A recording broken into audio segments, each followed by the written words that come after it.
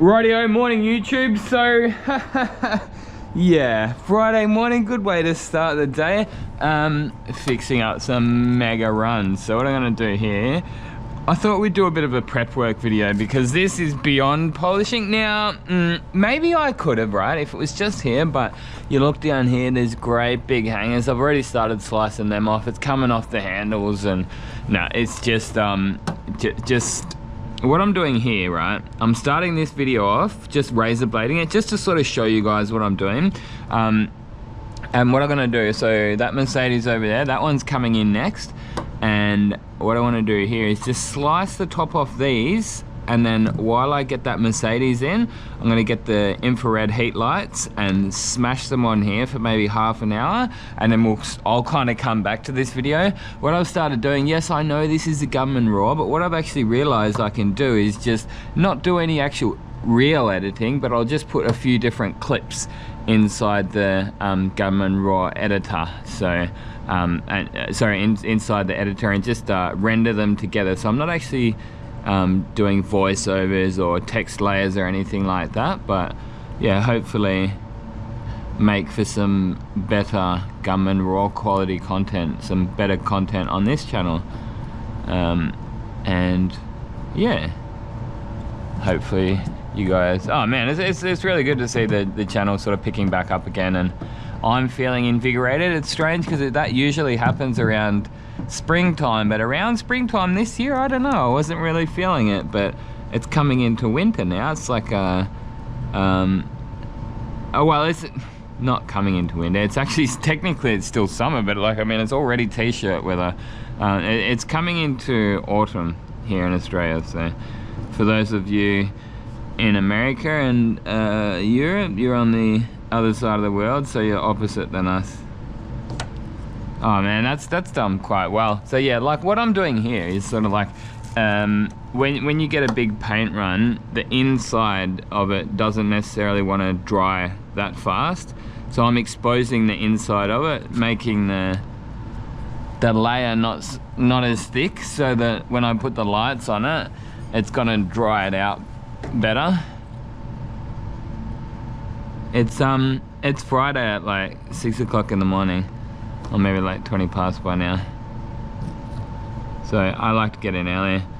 But yeah, I think I mentioned it in another video, boss is ultra cool, really cool guy, and he's just like, man, make your hours up. You can come in at 5 o'clock in the morning and you can leave at 1 o'clock if you want. Just do your hours, we're all good.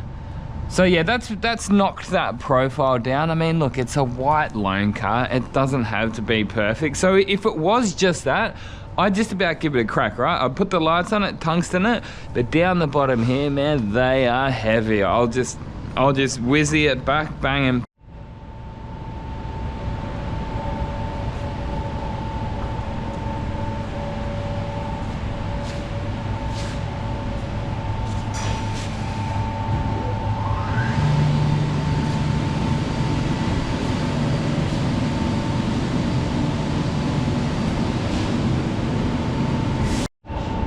Alright, so it's been probably about half an hour since I put the lights on there. I've got that next Mercedes-Benz in the booth all set up, ready to go. I matched the color while I was waiting. So this is gonna be the next step. I'm gonna try and get this video done. There we go, we've already sort of ripped through. That's okay, we can fill that up easy.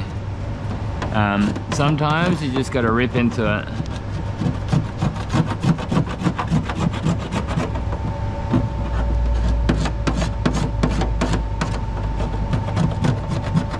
It's still a bit gummy, it's still too fresh. That's why it ripped there. You know what? I'm just gonna hit it with the Wizzy. As I said before, it is just a loan car. So that's the one that I painted yesterday. Come up killer, man. I love that color. How nice is that?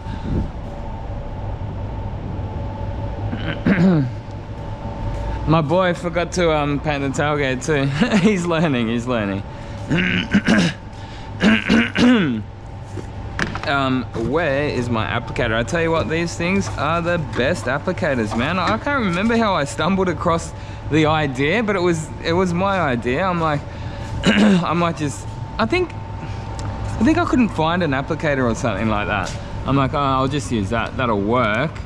And I'm like, man, these are the best applicators. So these are just spray out cards, if you didn't know. They just get it in so tight because it's such a sharp edge there. You get exactly the right amount in, and like you don't over apply. Because one of the annoying things about oh, where's the torch? There it is. One of the annoying things about putting filler in sometimes can be the overfill, right? Because if you pull it in too tight, then it'll be underfilled. But if you put too much in, then the overfill is annoying as well. So what we'll do is, how's that gonna shave down with the razor blade? Probably better with the razor blade, you know? It's probably just that little bit too gummy still for the tungsten. Yeah, really with the tungsten, you like to get it as dry as you can. So we'll spend a few minutes with the razor blade. Get a brand new here. How's that one? Pretty much new.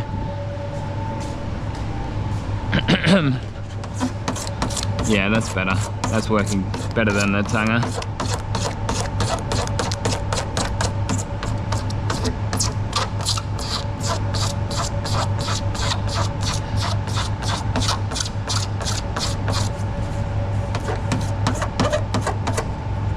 It bluntens up that razor blade really fast though.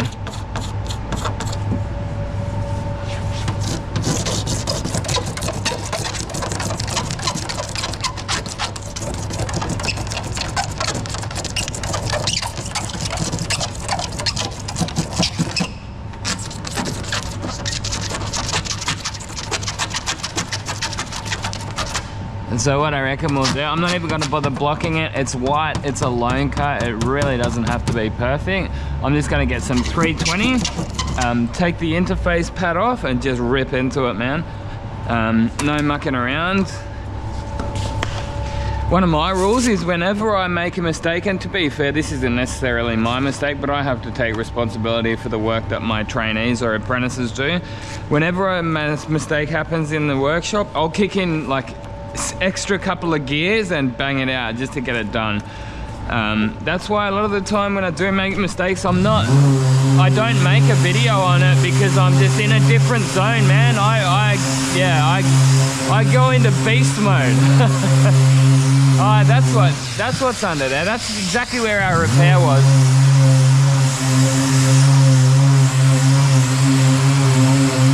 Beast in the shop, baby.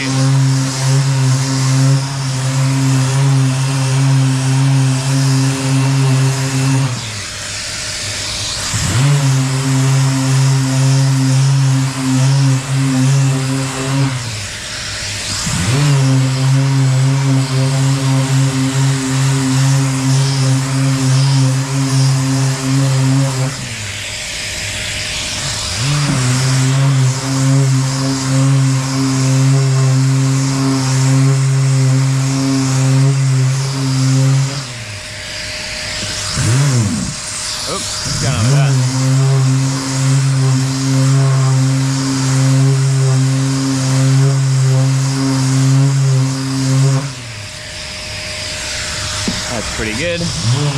As long as it's good to the feel, like as long as I can't feel it, it'll be fine. The colour's actually a touch on the yellow side too, so I'll leave a bit of yellow out next time we paint it.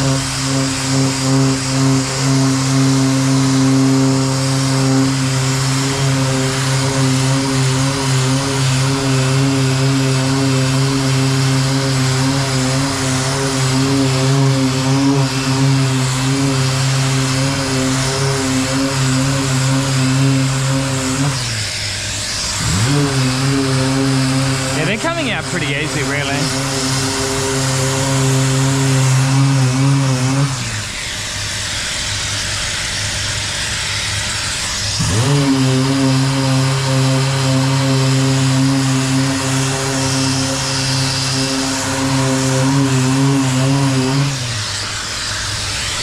I got a comment last time I put a prep video up. Someone's just like, man, I've been waiting for ages for another prep video, so that sort of encouraged me to do a few more. I'll try to include some more prep videos in the future. I actually don't mind doing them.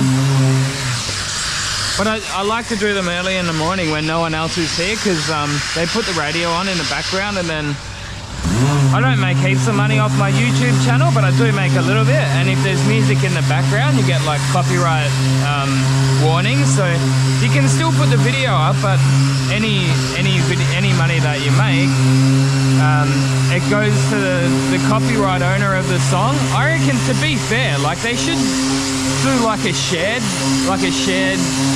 royalties or whatever. But I don't see how it's any different than somebody walking in the shop and listening to the radio. But I guess, you know, whatever. It is what it is. These are big bangers down here, man. I tell you what, nearly even worth getting some 240 for them. I think I'll do that. Get some 240. Just rip them right off. Hell yeah, brother, it's Friday. Get some 400, because that's what I was saying. Actually, yeah, 400. I was gonna go 500, but now 400, it's fine for solid color. I do have a little tray down there, but I'll just whack them out. Screw it.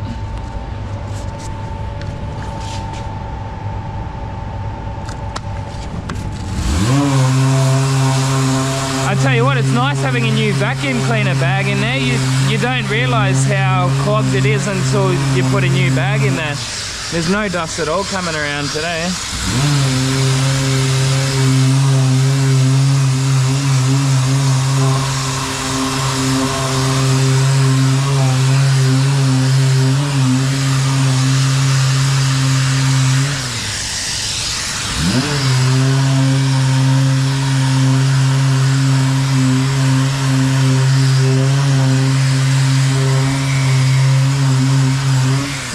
I do quite like these whizzies, but I've been critical of them in the past, mainly for like big jobs. So with the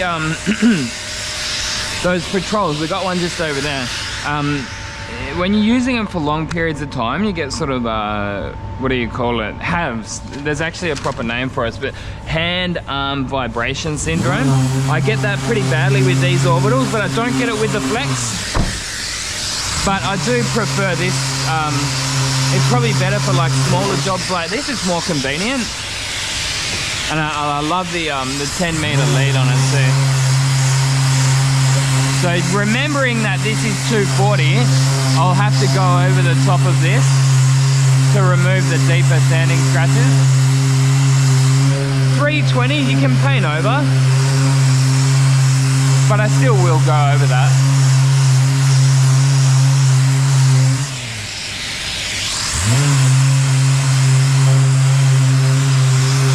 And if I cut through, just zip with a little bit of the 1K aerosol primer.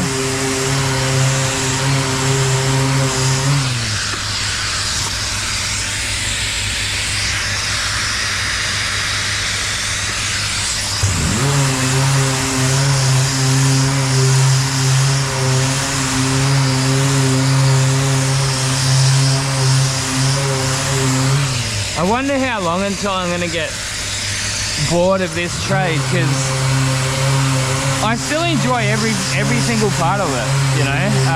What is it, 25 years in the trade, still love it.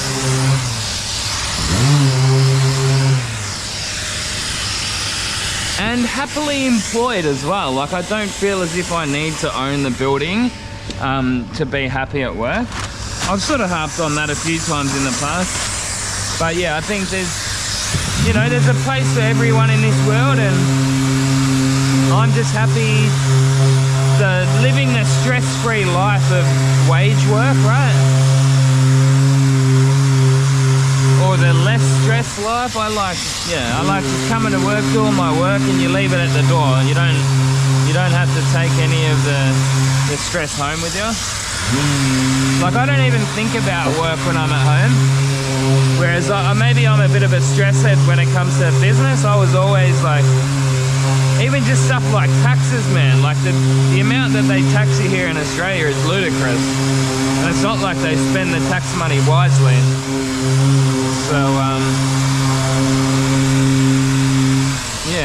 if you ever do a cast job, well me anyway, maybe because I'm a stress head, I'm just like, oh man, what happens if the government finds out and they're gonna come down and get you $5,000 or $10,000? And the reality of it is you're probably small fries and they wouldn't waste their time, but it's always sort of like in the back of my mind.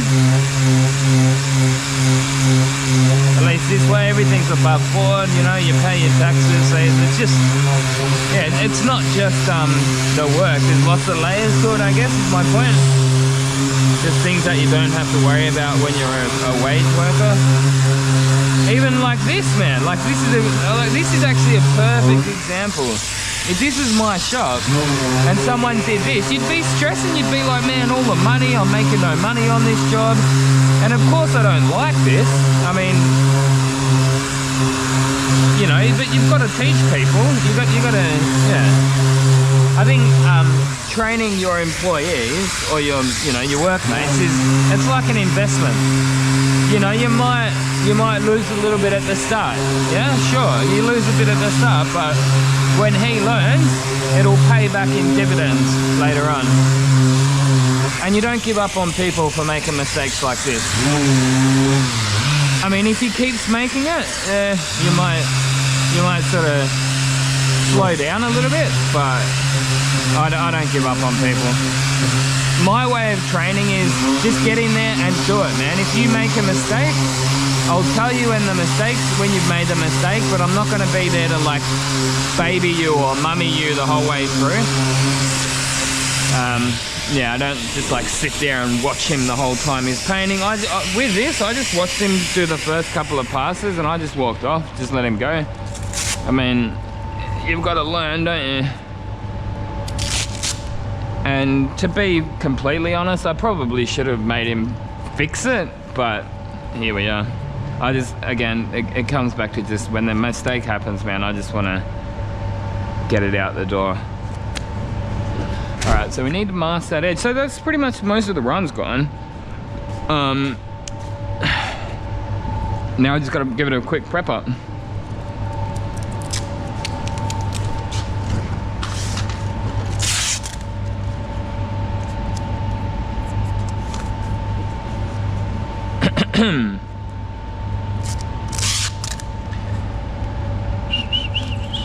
If anyone's looking for a job, Dandenong area, my boss has a truck repairer, so anyone that's interested in maybe doing an apprenticeship, or he would probably take mature age apprentices. It'd be a good way to sort of get your foot in the door.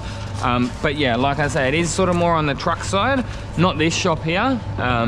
But yeah, he's got another shop and he's like, man, I'm always looking for workers. So anyone who's interested in getting into the trade in Dandenong in Melbourne,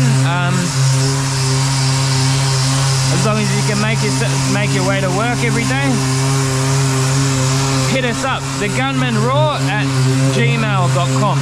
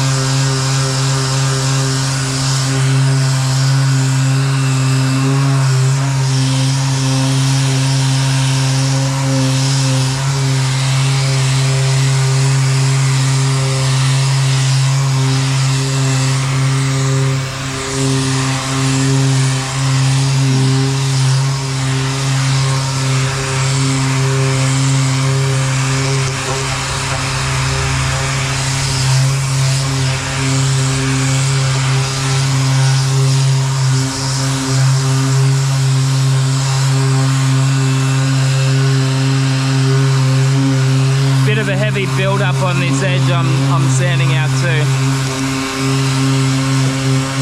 Even down here.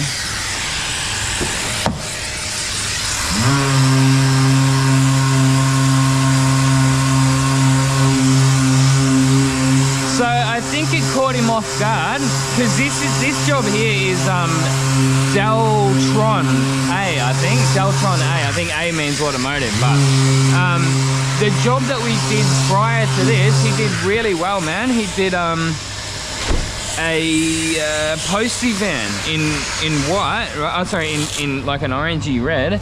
He did really well, but the truck paint, man, it goes on a bit orange peely, but it doesn't run. Like, you've really got to push that stuff to make it run. So I think he got used to that and then sprayed this the same way as that.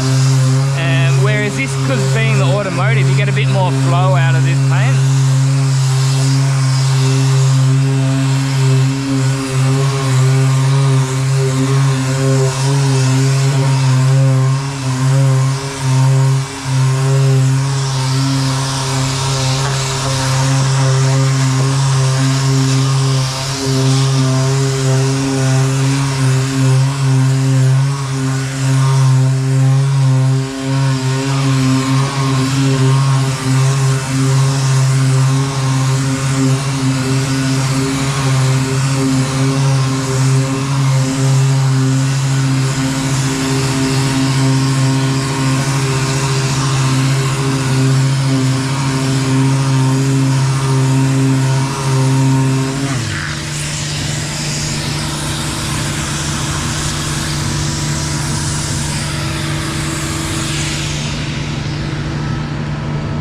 Make it a mess here, Gunny. Just throwing your rubbish all over the place.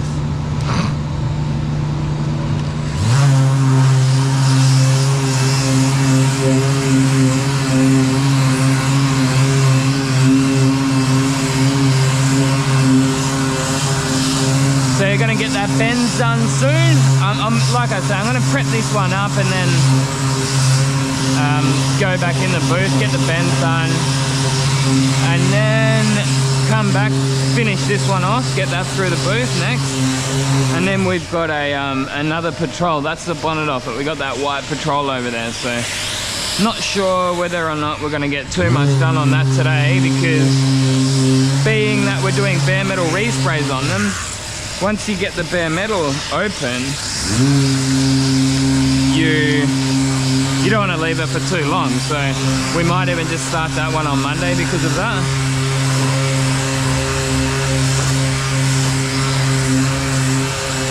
Yeah, I don't like leaving bare metal panels sitting around for days over the weekend. So that's it with the, I just hit it with 320 in the end. That'll be fine, totally fine. So put this rubbish away, and next up we'll just hit the edges with 400, I reckon. 320, 400, yep.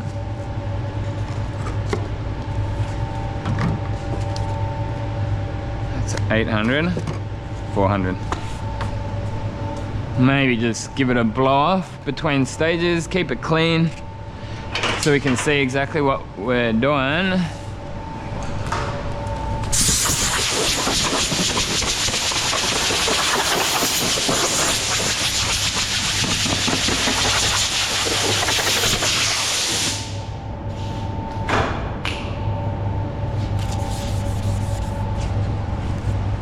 That's annoying when that happens.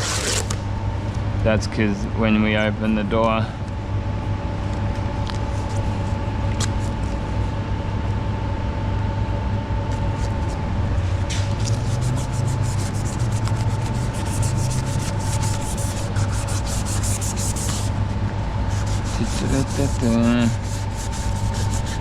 basically all we're doing here is just taking the shine off.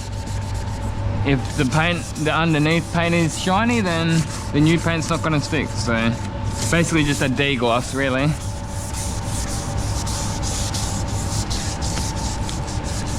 And you could use a wide range of sandpaper, sort of anything from 400 by hand, I mean. 320 is okay by orbital, because orbital scratches tend to be a bit finer.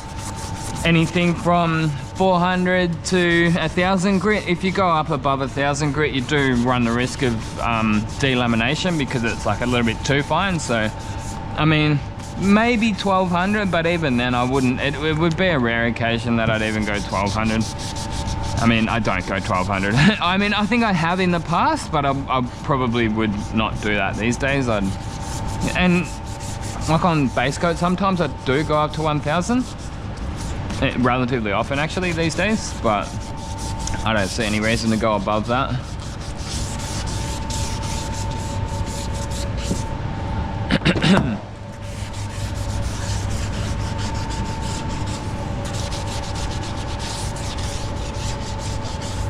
Yeah, this was actually a good job to do a bit of prep on, because a lot of the time these days I'll be doing full resprays, so it's like you're gonna sit there and watch me, like it'll be, I don't know, maybe an hour on each stage, so maybe just get a little bit boring watching me do the same thing. But you never know what people may get value out of, so keep doing what I do.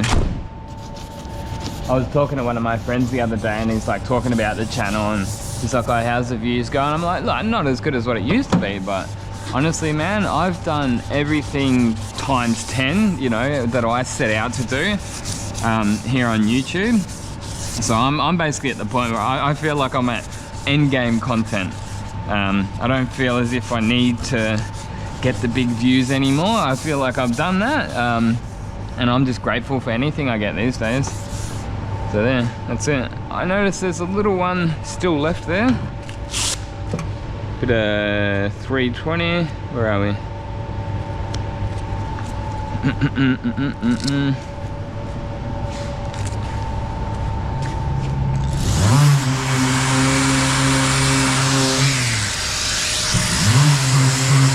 Oh, that's that dent. That's a dent that was missed. That's why it didn't stand out. I did actually notice that before I started sanding it. I forgot about that little dent there. We'll do a little fix up on it just to show you how trivial it is to fix a dent. Now I've got this UV primer, and you can paint straight over this stuff too, believe it or not. That's the funniest part about these. I guess you'd have to call them a boomer at this point when it comes to UV tech. Like, they're just a stick in the mud, and they don't want it to be good. Like it's an ego thing, man. Like, once, you know, some people, they take a stance on something and they just double down and double down, even though everything, like all the evidence is on the contrary, to say, man, this stuff is worth a shot, give it a shot. And you know how I know that?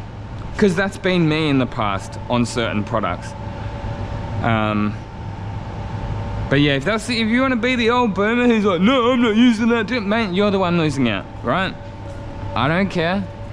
And you know, if you're a business owner that's taken that stance, watch this, and you tell me you can do this with good time management. That's what I get. That's the common one you'll get. Oh, with good time management, you can make 2-pack work, you know? Well, you won't be able to put this and paint straight over it, right? And you'll definitely take longer. How long did that take to dry? 10, 15 seconds?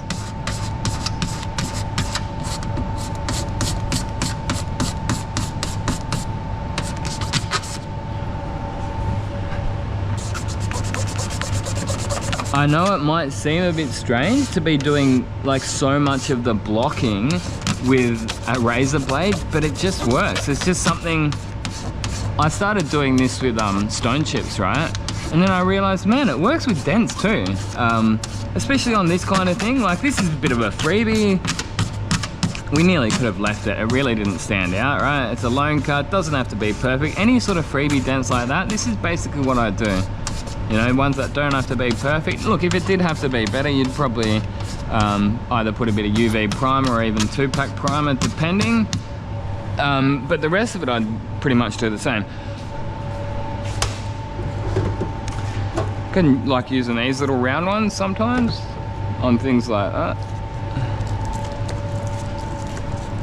And so I'm hitting it with 400. I don't want deep sanding scratches in there, because like I say, we're not going to be priming it. See, I'm twisting that sandpaper around to just get to the fresh spots, because it doesn't take much to clog up a bit of 400.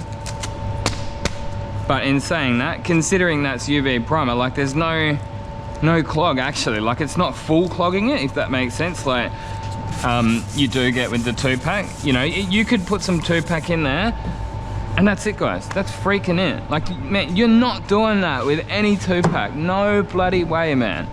Like, I don't use that stuff that often, only like with larger repairs, but a lot of the work we do here, we don't need it, right? And that's fine. Paint straight over it. I'll put, because there's bare metal there, I will put a little bit of one-shot primer on that, but that's all that needs, man.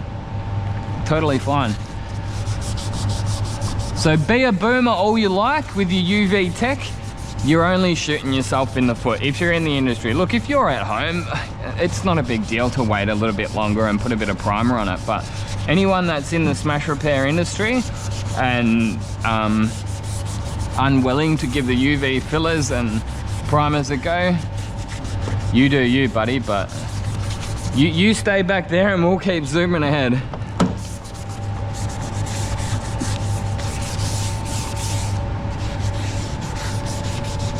And even as like, even as just an employee, like when you're the guy that can do that kind of stuff and you're consistently banging the jobs out twice as fast as everyone else, you're increasing your value too, you know?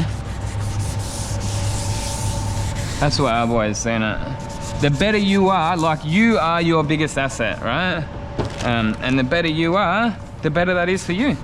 You might think, oh, well, I get paid the same whether or not I do this job in 3 hours or 4 hours. Well, you don't. In the bigger picture, you actually don't. Because when you go for a pay rise and the boss is like, well, you get paid the same. You will get paid the same. You're not going to get that pay rise because, you know, he's just going to say, well, even if he leaves, I can replace him, you know. And they're like, mate, the gunman, I can't replace him. I need him. The quality that he does, the amount of work that he does, I can't replace that guy. Give him what he wants. Hell yeah, brother. Anyway, guys, I guess that's about it for this video. Hopefully you enjoyed watching. Hopefully you got something out of it. And yeah, just have an awesome day. Have an awesome weekend. But that's it, guys. We're going to take that into the booth next up. A little bit of one-shot primer just over the bare metal spots. 2 coats of 2K and you're laughing. Till next time, get out there and prep some shit. Gunman out.